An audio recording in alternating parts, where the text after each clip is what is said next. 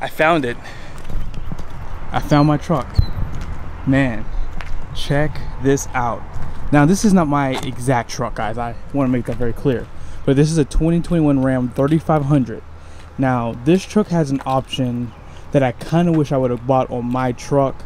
The reason why was because I felt like I was going to lose some payload. So let's take a look real quick around this truck.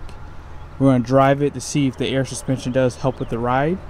And we're going to take a look at the payload number and see what it is. Let's get into it. Really quickly, be sure to subscribe to JB Reviews and make sure you have those bell notifications on. And be sure to check out my other channel, Attainable Exotic Cars. Now let's get back to the video. Whew! It is hot in here. Oh my gosh. Man, check that out, 102 degrees. Man, this truck just got here and it still has like the plastic on the seats.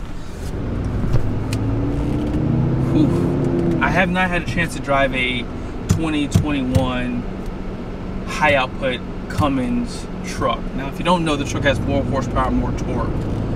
And I kind of want to see if it does feel a little bit quicker. Well, let me let this thing cool down inside the interior. It is hot, guys. Man, be sure to like and subscribe to the channel. Let's get into it. We're going to go over the window sticker first, okay? All right, so I mentioned this was a 2021. This is a mega cab, so this is exactly like my truck almost. Base price is $68,485. This is with a Hemi. And then here's a quick listing for your standard equipment. Be sure to pause if you like to view this stuff a little bit more in detail.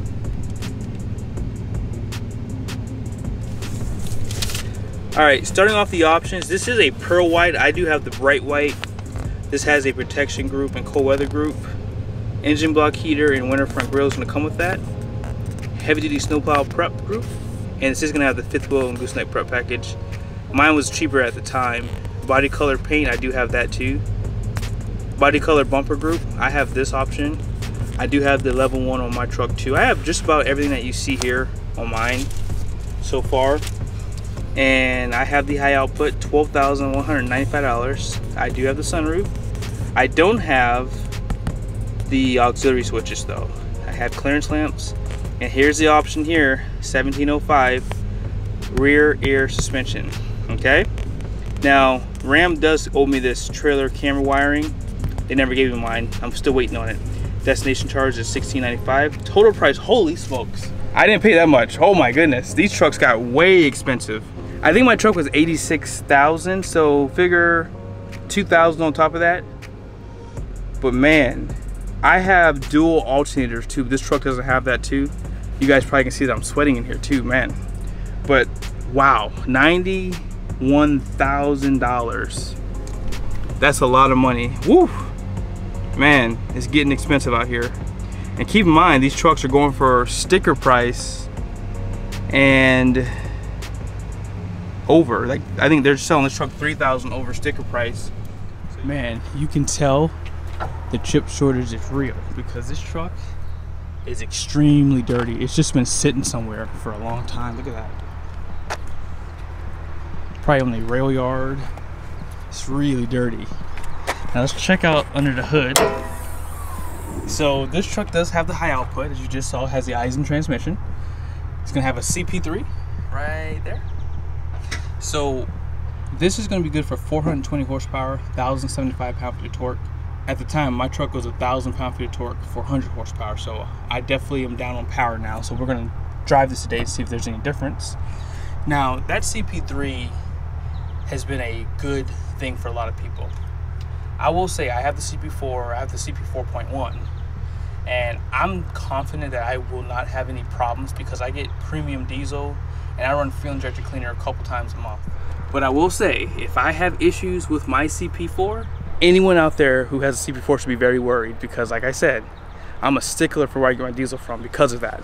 So hopefully we should be good. But if you're worried about the CP4, just run like a diesel clean or whatever. I think Hot Shot Secret, I think that's another one that people talk about. They're all pretty good. I mean, just run them a couple times a month and you should be good. We're not gonna do a walk around per se on this truck. Just real quickly, this is pretty much the exact same truck that I have. As I said, the only difference with this truck is it has a pearl paint. Mine just has a bright white. There's not much difference. Same exterior that you would normally see. Not much has changed. The only thing that I noticed earlier was that this plug changed. And this is really for the camera. So you lose your 4-pin. Same thing up here. In the past, all you received was a 7-pin connector in 2019. They did add that cargo plug there, but all this is essentially unchanged. Up top, they do have 2 cameras as opposed to 1, so this piece is slightly redesigned. But yeah, same taillights, same bumpers. The appearance of this truck looks to be the same too, even with the air suspension. Now your leaf spring pack is slightly different. You have 4 leafs in the main leaf pack. I mean, you have 4 here, but you have 3 there. But the reason why this is so different is because you do have an airbag that you can probably see a little bit better right there. That's really the only difference on this truck versus mine, in that this one only has 1 alternator. I think it's what, 200 amps, I have 400. It's 220 amps, I have 440. That's what it is, excuse me. But yeah, let's check out the inside, because like I said, nothing has really changed on the outside. The only difference here is this truck does have black interior, and mine does have the like the navy blue and like cream color interior, which I like so much better. And now that I'm getting inside this truck when it's hot outside, I strongly recommend that interior over this one. This one does have the auxiliary switches, and just some notable changes that I'll go over really quickly. You do have a high definition rear view. This is slightly different too. Having the drivetrain shows you like the pitch and roll also. And they kind of changed how this is all set up too. Normally this was at the end, where they put it kind of like in the middle for your driver assistance. Fuel economy is the same. Trip information is the same. Trailer light check, which is new for 2021. But really, that's it, guys. I mean, that's pretty much everything that you've seen. I mean, they do have this because of the auxiliaries, but all in all, this is essentially my truck. But oh yeah, and this has the lane keep assist. They did not have this. They set this up on 2020 trucks also. I just lowered the suspension. Normally you can't really tell with these trucks when it does. It does say select ride height not permitted due to payload. We're gonna drive this truck though. We're gonna see how well it rides with the air suspension and if there's any difference in the acceleration. So let's get into it. All right guys, so we are driving this 2021 Ram. I'm excited. I wonder if it's gonna feel quicker. We gotta test out a lot of things here. We gotta test out the steering. The steering, for some reason, it feels tighter now, but when I was pulling out of the dealership, it was a little bit looser. So we're going 25 right now. Let me hit some bumps here.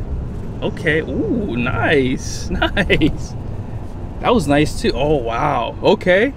So this is a little bit softer than my non-air suspension Ram 3400. It's not a bad thing. A little bit softer.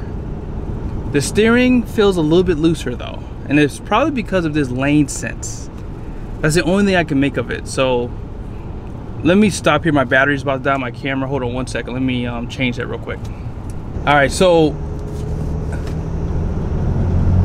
that time there was no lag. As soon as I hit the gas pedal, I felt like the turbo spooled up really quickly to offset some of that lag here just again. All right, let's do it one more time. I'm gonna turn the camera on so you guys can see. All right. There's still a little bit of lag. I mean, well, it's not a little bit, there's a lot of lag. There's like a pedal commander a lot of you guys keep talking to me about. I guess that's how you're gonna fix that problem. Here, I'm gonna see if you guys hear. I'm gonna say it as soon as I push down the throttle. Now, yeah, there's just like a split-second delay in the Eisen. I mean, and that's okay because this is a commercial transmission. It's gonna have that delay. This truck has a lot of power. This Cummins would destroy this transmission if they just cut it loose. I mean, even if I were to turn off the you know, traction control. I mean, it's still going to be there. I mean, here, let me do it one more time. Hold on, let me just let the RPMs drop back down again. Now, yeah, it's still there. I mean, and it's okay because once it builds pressure, I mean, it feels like it has some more grunt, you know, when you're at speed. But it's probably just in my head because I know it has 75 pound-feet more of torque, you know. So let's go ahead and do a nice dig race. Maybe if I have a chance, I'll drive my 3500 back out here and we'll do a comparison. Now, my truck has 20,000 miles on it, so it's broken in. This truck's not broken in, so it's gonna be a little bit slower, all right? But we'll still get a good point to see where it's at.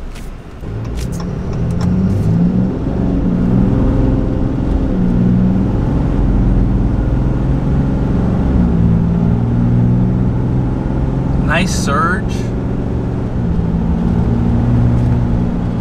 It feels quicker, but it's not like, I don't know, it's not crazy quicker. I mean, I can tell that the truck does have a little bit more grunt in the acceleration. I mean, it's not insanity, but it's definitely a little bit better, all things considered. I mean, this truck is heavy. I mean, the air suspension makes this truck ride so much better. I mean, you can clearly tell it's softer.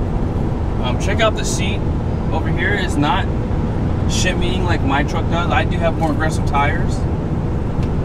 There's more sway too because of these tires. Like, I'm glad I have my Ridge grapplers by Netto. The sway, yeah, there's sway. Like, it's horrible, and it's just these soft tires. When you tow with these tires, they wear out so fast. So you better do yourself a favor. If you're gonna be towing like I do, like a lot. I mean, I've already towed my brand new trailer. I haven't even had it for a year. I think I've towed like 7,000 miles in that trailer. So yeah, this truck is gonna eat up these tires because this truck's already so heavy. Next thing we're gonna do is we're gonna check out payload capacity to see if you're gonna lose any with the air suspension. That's gonna be my deciding factor for my next truck that I build, if I should get air suspension, all right? Yeah, I would like to mention too, if I were to buy another truck, it wouldn't be this truck, I'll be honest. Like, I would probably pick a Ford F-350 because they haven't done anything to this for me to want another one. And the Ford truck has what, 1,050 pound-feet of torque, 450, I think? Maybe, actually, I think they have more horsepower. I can't remember now, but there's just not much difference. The only thing I can clearly tell that's different is just that high definition rear view. I do like this. I mean, I would love to have that on my truck. I could actually add that right now if I wanted to. That's not hard to do. But yeah, having the air suspension, I'm going over some bumps now. The truck feels considerably softer. I think at low speeds though, it's not much different. So if you're going through a parking lot, just keep in mind that this truck does still feel kind of stiff. I don't know why that is. Air suspension just doesn't do good at low speeds. It just doesn't. Like, I'm gonna go over something right now. Yeah, I mean, it feels like my truck at low speeds. But overall, great truck. If you're in the market for something like this, Criswell has it.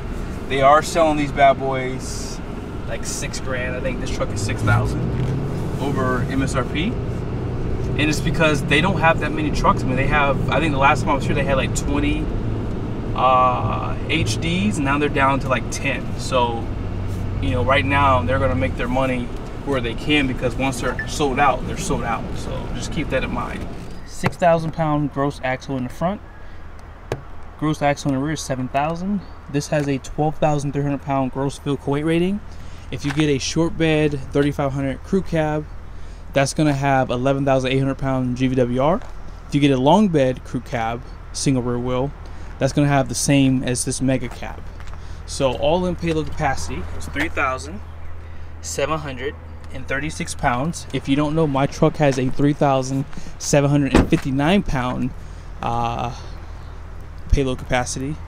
And the only real difference is just that alternator that I have. So I'll call it, if this had that alternator, this would be like 3,716 pounds. So the air suspension does not add that much more weight to this truck. So my next truck will definitely have the air suspension if I can afford it.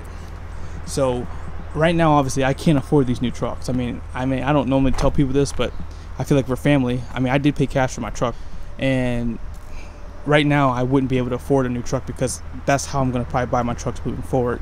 It's just paying them off, because it just feels so much better not having a truck payment, especially when you have car payment. So I hope this was helpful. Like I said, this truck is going to be $97,000. I can't believe that these trucks have these adjusted market values, but I understand it. Like I said earlier, I understand it, because they don't have that many trucks, guys. Where they would have close to 100 HD trucks here, they only have 10. So once they sell out their cars, they don't have anything else to sell, so the salespeople have to eat, and I understand that. So just be careful out here. Hopefully the chip shortage, this fake news crap, will be done, and then we can get back to normal. But until then, see you in the next video.